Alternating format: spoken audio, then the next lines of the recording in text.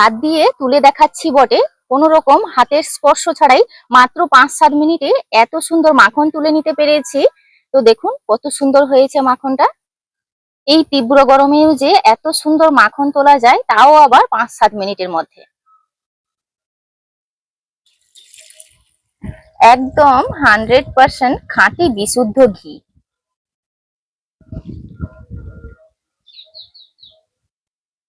নমস্কার বন্ধুরা, আমার চ্যানেল আপনাদের সবাইকে স্বাগত।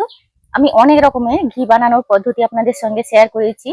তবে শীতকালে, এই যে গরমকালে ঘি বানানো একটা ঝামেলার ব্যাপার সবাই মনে করেন, কিন্তু মোটেও নয়। কোনো রকম হাতই লাগাতে হবে না, আপনারা কিন্তু 5-7 মিনিটের মধ্যেই এত সুন্দর ঘি বানিয়ে নিতে পারবেন। চলুন কিভাবে বানাচ্ছি দেখে নেওয়া যাক। এখানে দেখুন, আমি প্রত্যেকদিন অল্প অল্প করে দুধের সরটা তুলে রাখি। ফ্রিজে রেখেছিলাম, ঠান্ডা সর নিয়েছি। একটু ঠান্ডা সর নিলে খুব তাড়াতাড়ি মাখনটা আলাদা হয়ে যাবে। একটা বড় বোলের মধ্যে নিয়ে নিচ্ছি।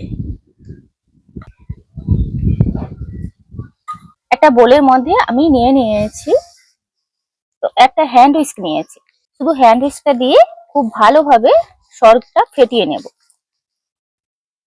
প্রথমে এই ডলাটা ভেঙে নিচ্ছি। এই হ্যান্ড হুইস্কটা দিয়ে খুব ভালোভাবে ফেটিয়ে নেব। আর একটু জল লাগবে মনে হয়, যেহেতু সরটা ঠান্ডা আছে আমি নর্মাল জল দেবো এখানে।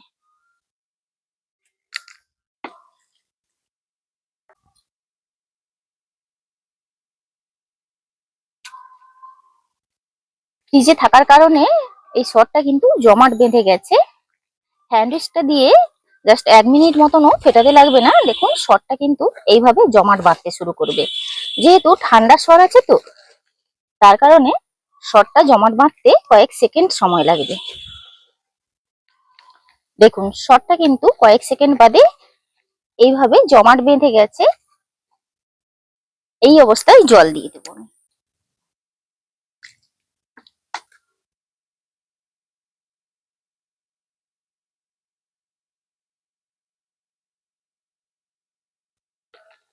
আবার ওই হ্যান্ড হুইস্কটা দিয়ে কিন্তু ফেটাতে থাকবো। এইভাবে ফেটিয়ে নিলে দেখবেন 1-2 মিনিটের মধ্যেই কিন্তু মাখন আলাদা হয়ে যাবে। জল ছাড়তে কিন্তু শুরু করে দিয়েছে।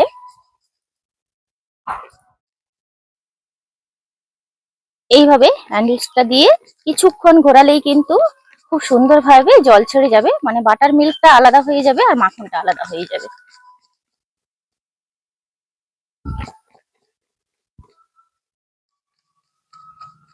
এই যে দেখুন জল ছাড়ছে।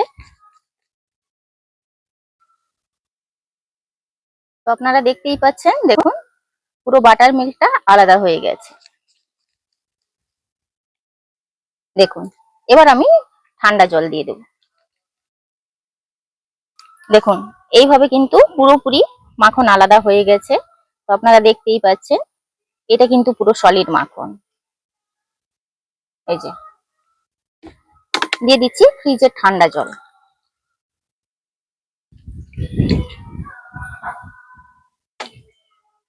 খুব ভালোভাবে এইভাবে কচলে কচলে কিন্তু মাখনটাকে ধুয়ে নিতে হবে। দেখুন কতখানি মাখন বেরিয়েছে। এই যে প্রায় 1 কেজি মতন মাখন। আবারও ঠান্ডা জল দিয়ে ধুয়ে নিচ্ছি।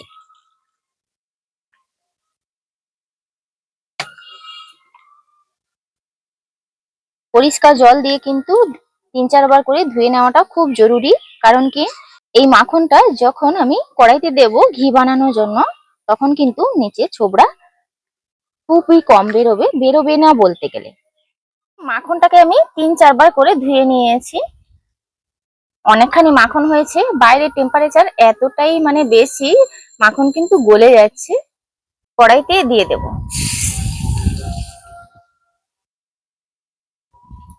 4-5টা লেবু পাতা নিয়েছি।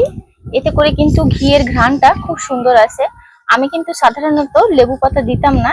তো একবার মানে আমাকে একজন বলেছিলেন যে লেবু পাতা দিলে খুব সুন্দর একটা ঘ্রাণ আসে। তো আমি দিয়ে দেখছিলাম, বেশ সুন্দর একটা কালার এবং ঘ্রাণটা কিন্তু আসে। আমরা খাঁটি গরুর দুধ থেকে ঘি সবসময় বানিয়ে থাকি। আমরা সাধারণত তেমন একটা কিছু ব্যবহার করতাম না।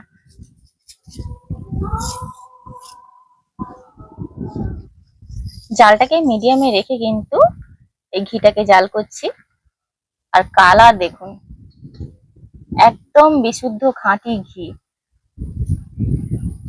স্বাদ, গন্ধ, রং বজায় রেখে কিন্তু একদম খাঁটি গরুর দুধের ঘি। এর কোনো তুলনাই হয় না, কোনো কিছুর সঙ্গেই মানে এর তুলনা হয় না। আর লোহার কড়াইতে ঘি বানালে কিন্তু তার রেজাল্টটা অনেক বেশি ভালো পাওয়া যায়। তো আমাকে সবসময় দেখেছেন আপনারা, আমি কিন্তু সবসময় লোহার কড়াইতেই ঘি তৈরি করি। দেখুন, আমার এই রান্নাঘরের চারদিকে পুরো ঘিয়ের গন্ধে ম ম করছে। কালারটা দেখুন, এখন থেকেই দেখে জিভে জল আসছে, কত সুন্দর। তো আরো কিছুক্ষণ আমি জাল করে নেব, 5-7 মিনিট কিন্তু জাল করেছি। দেখুন, এই যে কালারটা দেখছেন, একদম পারফেক্ট কালার। এই পর্যায়ে নামিয়ে নেব। এর থেকে পোড়া পোড়া হয়ে গেলে ঘি পোড়া গন্ধ করে, খেতে মোটেও ভালো লাগে না। তো একদম সোনালী কালার হবে। আর ঘিয়ের কালারটাও আপনারা দেখে বুঝতে পারছেন। এই পর্যায়ে কিন্তু নামিয়ে নেব। এই যে দেখুন, বাবলসটা কমতে শুরু করেছে। ঠান্ডা যত হবে বাবলস পুরোপুরি চলে যাবে। আর ঘিয়ের কালারটা দেখুন।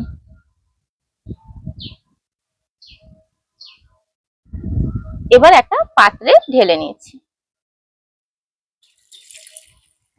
একদম 100% খাঁটি বিশুদ্ধ ঘি।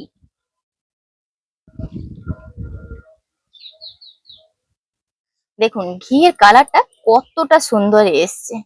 আপনারা এই ঘি বাজারে কিনতে পাবেন না, একমাত্র গ্রামে যারা থাকি, একদম খাঁটি গরুর দুধের ঘি।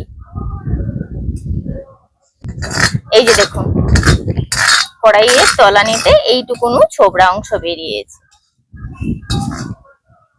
এই তীব্র গরমেও কিন্তু কোনো রকম হাতের স্পর্শ ছাড়াই মাত্র 5-7 মিনিটে এত সুন্দর ঘি বানিয়ে নিতে পারলাম।